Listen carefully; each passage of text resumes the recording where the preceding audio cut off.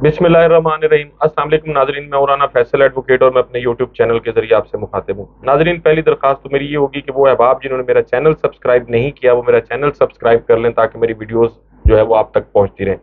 नाजरीन, आज की वीडियो की हम जो है इब्तदा एक शेर से करेंगे और वो शेर ये है कि बाद आंखों के मेरा दिल भी निकाला उसने, बाद आंखों के मेरा दिल भी निकाला उसने, उसको शक था कि मुझे अब भी नजर आता है।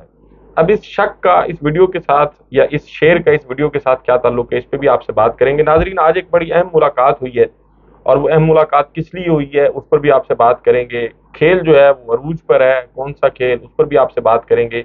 इमरान खान साहब जो हैं वो पता नहीं किस मिट्टी के बने हुए हैं कि जैसे साद रफीक साहब ने कहा था ना कि हम लोहे के चने हैं, लेकिन वो लोहे के चने साबित नहीं हुए।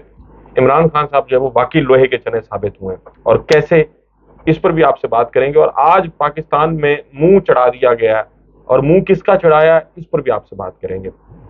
मेरी मुंह चढ़ाने की मैं बात जो है वो इस हवाले से कर रहा हूँ कि पाकिस्तान की एक बड़ी अदालत जो है, सूबे की सबसे बड़ी अदालत, उसका आज मुंह चढ़ाया गया और वो कैसे मुंह चढ़ाया गया इस पर इसी वीडियो में आपसे बात करेंगे।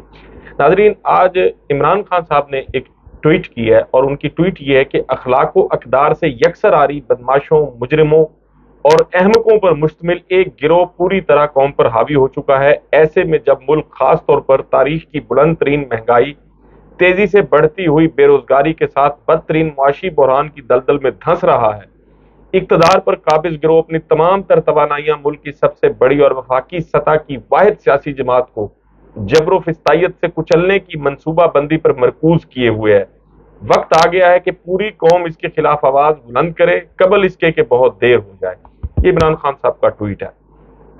अब आपको पता है कि पाकिस्तान तहरीक इंसाफ के लीडर्स और कारकुनान जो है उनकी धड़ाधड़ गिरफ्तारियां हो रही हैं। एक केस में उनकी बेल होती है तो दूसरा केस डाल दिया जाता है, दूसरे केस में बेल हो तो नजरबंदी का ऑर्डर आ जाता है। और इसके साथ साथ आज एक जो अहम मुलाकात हुई है वो ये हुई है कि चीफ इलेक्शन कमिश्नर सुल्तान सिकंदर राजा साहब जो हैं वो आज वजीर आला पंजाब, जो केयर टेकर हमारे वजीर आला हैं मोहसिन नकवी साहब, उनसे मिलने के लिए उनके पास आए। और उस मुलाकात का एजेंडा एक ही था कि पाकिस्तान तहरीक इंसाफ पर पाबंदी लगाने की तैयारी की जा रही है। वो नाम नेहाद ये सो कॉल्ड एविडेंसेस जो हैं पाकिस्तान तहरीक इंसाफ पर पाबंदी लगाने के हवाले से वो दिए गए chief election commissioner of Pakistan को, जो पंजाब की निगरान हुकूमत ने इकट्ठे किए हैं मुबैना तौर पर, ताकि पाकिस्तान तहरीक इंसाफ पर पाबंदी लगाने के मामले में उन सबूतों को बतौर पीस ऑफ एविडेंस जो है वो पाकिस्तान तहरीक इंसाफ के खिलाफ इस्तेमाल किया जा सके। ये अब आखिरी चाल जो है मैं समझता हूँ वो चल देगी ये। लेकिन उससे पहले जो कुछ हो रहा है कि गन पॉइंट पर हमदर्दियां और वफादारियां जो हैं वो तब्दील कराने की इंतहाई भोंडी और मजमूम हरकतें जो हैं वो बहरहाल कुछ इदारों की जानिब से जारी हैं। आपको इल्म होगा कि शाह महमूद कुरैशी साहब जो हैं वो भी गिरफ्तार हैं, फवाद चौधरी साहब गिरफ्तार हुए, फिर अदालत ने उनकी नज़रबंदी का हुक्म गैर कानूनी करार दिया, उनको दोबारा से गिरफ्तार करने की कोशिश की गई। और फिर उसके साथ असद उमर साहब हैं वो भी गिरफ्तार हैं। अब इसके साथ होता क्या है कि वो लोग जो जिनको अदालतों ने रिहा किया, मलिका बुखारी हैं, अली मोहम्मद खान साहब हैं, शीरी मजारी साहबा हैं, अली जैदी हैं और इस तरह के और बहुत सारे लोग हैं जिनको अदालतों ने जिनकी रिहाई का हुक्म जारी किया लेकिन बाद में फिर उनको गिरफ्तार किया गया। महमूद मौलवी साहब जो हैं वो भी 5 दिन हिरासत में रहे, फिर उसके बाद आगे उनकी प्रेस कॉन्फ्रेंस आ गई और उन्होंने पाकिस्तान तहरीक इंसाफ छोड़ने का ऐलान कर दिया। इसी तरह आमिर कियानी साहब जो हैं उनकी भी तरफ से ये आ गया। आज मलक अमीन असलम साहब जो हैं मिनिस्टर भी रहे हैं, उन्होंने भी ऐलान कर दिया। और डिप्टी सेक्रेटरी इत्तलात डॉक्टर मोहम्मद अमजद, उन्होंने भी पाकिस्तान तहरीक इंसाफ छोड़ने का ऐलान कर दिया। ये इसके साथ साथ मुजफ्फरगढ़ से ताल्लुक रखने वाले कुछ MP जहीर अली जई हैं, ओम डोगर हैं, अब्दुल हई दस्ती हैं, न्याज किशकोरी, अलमदार कुरैशी, मुजाहिद मितला, सजाद छीना वगैरह, कैसर मुक्सी लिया से उनका ताल्लुक है। वो बाई इलेक्शन में पाकिस्तान तहरीक इंसाफ के MPA मुंतखब हुए थे बड़ी भारी अक्सरियत से, लेकिन अब जब टिकटों की तकसीम हुई तो उनके हल्के में टिकट उन्हें नहीं दिया गया, बल्कि वहां कर्नल शुएब साहब हैं उनको टिकट दे दिया गया। तो ये सारे लोग जो है आज इन्होंने पाकिस्तान तहरीक इंसाफ से अलहदगी का ऐलान किया और इनमें अक्सरियत उन लोगों की है जिनको पार्टी ने टिकट नहीं, यानी दूसरे लफ्जों में तहरीक इंसाफ इन लोगों को पहले ही छोड़ चुकी थी। अब ریاست کی جانب سے اور ریاستی اداروں کی جانب سے یہ بھرپور کوشش کی جا رہی ہے کہ پاکستان تحریک انصاف میں نقب لگا کر اور زیادہ سے زیادہ لوگ جو ہے وہ توڑے جائیں، تاکہ عمران خان صاحب کی اور عمران خان صاحب اور ان کی پارٹی جو ہے وہ کمزور ہو، وہ نوٹیبل اور الیکٹیبل جن کی بات کی جاتی ہے وہ ان سے چھین لیے جائیں۔ اس میں کوئی شک نہیں ہے کہ بہت سارے لوگ جو ہے بہرحال عمران خان صاحب کی طرح مضبوط اعصاب کے مالک نہیں ہوتے۔ جب آپ کی فیملی کی ریسپیکٹ اور آنر جو ہے وہ ایٹ سٹیک ہو، جب آپ کے بہن بھائیوں کو، آپ کے پیرنٹس کو، آپ کی خواتین کو، آپ کے بچوں کو گرفتار کیا جا رہا ہو، ان پر بدترین تشدد کیا جا رہا ہو، ان پر دہشت گردی کے مقدمات بنائے جا رہے ہوں، تو کم لوگ ایسے ہوتے ہیں جو اس قسم کے حالات میں اپنے اعصاب پر قابو رکھتے ہیں۔ لیکن اس میں کوئی شک نہیں ہے کہ پاکستان تحریک انصاف کے وہ بہت بڑے بڑے لوگ، میں یہ سمجھتا ہوں کہ پاکستان تحریک انصاف کو جب مخدوم جاوید ہاشمی صاحب چھوڑ کے گئے تھے، تو یہ جتنے لوگ اب چھوڑ کے گئے ہیں پاکستان تحریک انصاف کو، ان میں شاید مخدوم جاوید ہاشمی صاحب سے بڑا آدمی کوئی نہیں تھا۔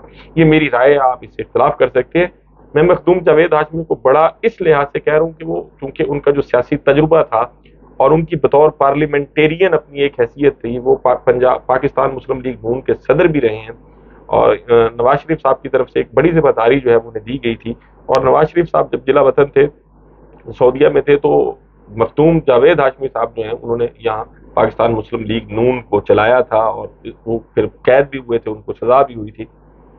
تو اگر ان سارے لوگوں کا بیک گراؤنڈ دیکھا جائے، یہ جو چھوڑ کے جا رہے ہیں، تو یہ بہرحال مخدوم جاوید ہاشمی کی سطح کے لوگ نہیں ہیں۔ اور اچھا ہوا کہ پاکستان تحریک انصاف کو جیسے کہتے ہیں کہ وہ چراغ بجھ گیا، جس نے جانا ہے وہ چلا جائے، تو وہ لوگ جو مشکل حالات میں کپتان کا ساتھ نہیں دے سکتے، تو وہ بہتر ہے پھر چھوڑ کے چلا جائے عمران خان صاحب کو۔ اچھا، اب ہوتا کیا ہے کہ اب جو پاکستان میں اس وقت موجودہ جو صورتحال چل رہی ہے، عمران خان صاحب کو قتل کرانے کی کوشش کی گئی لیکن اس میں ناکام رہے۔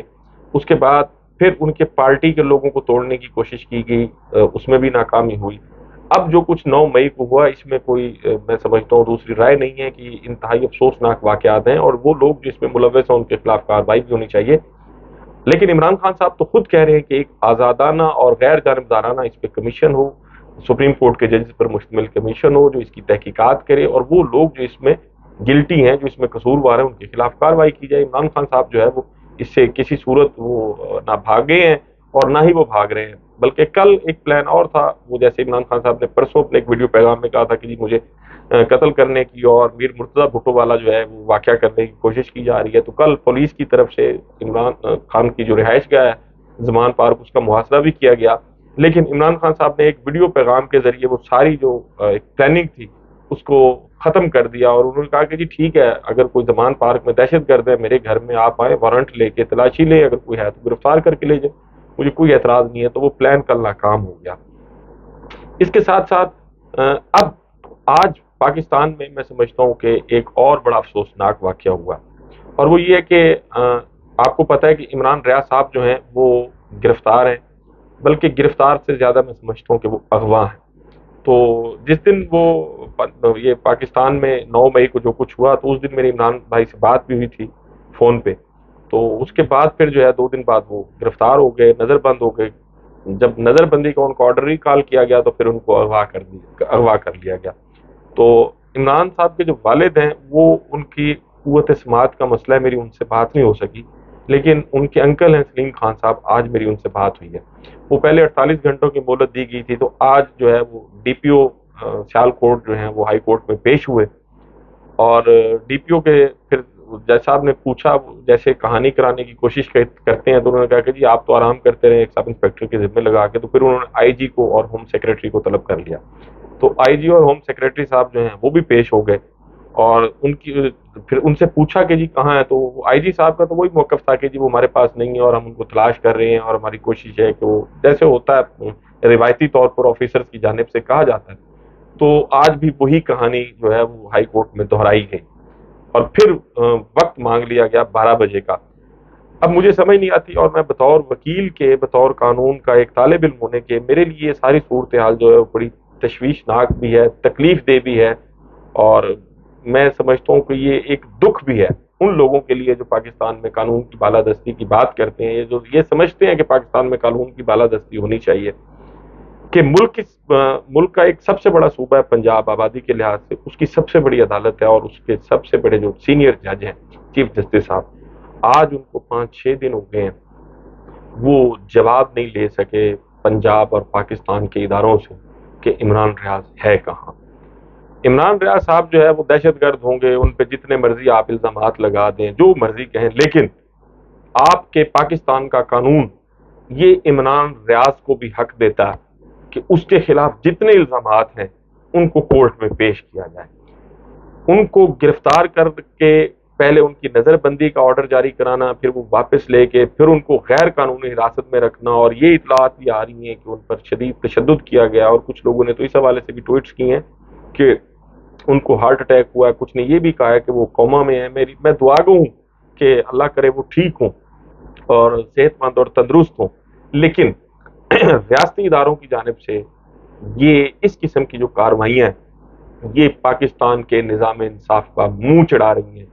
अदालतें सो रही हैं, शायद रोज़ाना मुल्क में पकड़ धकड़ हो रही है। शहरियार अफरीदी के साथ जो कुछ हुआ वो भी आपको पता है, अली मोहम्मद खान के साथ जो कुछ हुआ वो भी आपको पता है। शीरी मजारी जो है, उनकी बेटी ने कहा कि जी मैंने अपनी वालदा की आवाज़ें सुनी हैं, उन पर तशद्दुद किया जा रहा था। मलिका बुखारी हैं, सनम जावेद हैं और बहुत सारी खवातीन हैं। तो पाकिस्तान में ये जो कुछ हो रहा है, मैं समझता हूँ ये इंतहाई अफसोसनाक है। खुदारा इदारों को होश का नाखुन लेना चाहिए। पॉलिटिकल इंजीनियरिंग जो है इसका सिलसिला आपको बंद करना पड़ेगा। ये चीज़ जहन में रखें कि अगर आप गन पॉइंट पर हमदर्दियाँ और वफादारियाँ तब्दील आपसे हो सकती हैं, तो फिर शायद तमाम तर फ़लस्तीनी जो हैं वो इस वक्त इसराइल के हमदर्द होते हैं। गन पॉइंट पर आप वफादारियाँ तब्दील नहीं करा सकते, गन पॉइंट पर आप लोगों की हमदर्दियाँ नहीं ले सकते। हाँ, लोगों की हमदर्दियाँ अगर आप लेना चाहते हैं तो फिर आपको कानून और आइन के मुताबिक अमल करना पड़ेगा। नाजरीन, आपसे अगली वीडियो में मुलाकात होगी। अपना और अपने इर्द गिर्द के लोगों का बहुत ख्याल रखिएगा, और इसके साथ साथ इमरान रियाज साहब की बाहिफाजत और बाइज्जत वापसी और बाजियाबी के लिए भी दुआ कीजिएगा। अल्लाह हाफिज।